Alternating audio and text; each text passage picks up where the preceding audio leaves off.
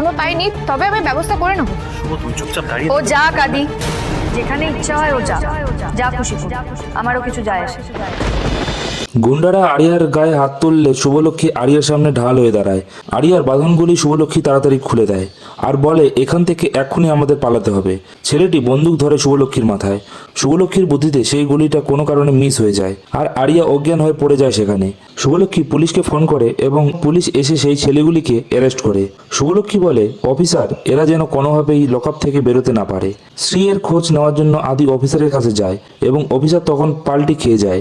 Officer বলে, আমাদের কাছে ভুল তথ্য ছিল, ওটা আপনার মেয়ে শ্রী না, অন্য কেউ ছিল। আদি বলে, এটা কি করে হয়?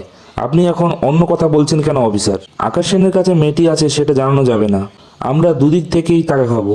আকাশ বলে, আমি যা বলবো এবার থেকে তাই করবেন অফিসার। আরিয়ার জ্ঞান ফিরলে চিৎকার করে বলে, আমাকে কিডন্যাপ করেছেন আপনারা। মোহনা বলে, তোমার ট্রিটমেন্ট হচ্ছে এখানে। পরবর্তী পর্বটি দেখতে হলে অবশ্যই চ্যানেলটিকে লাইক এবং সাবস্ক্রাইব করুন।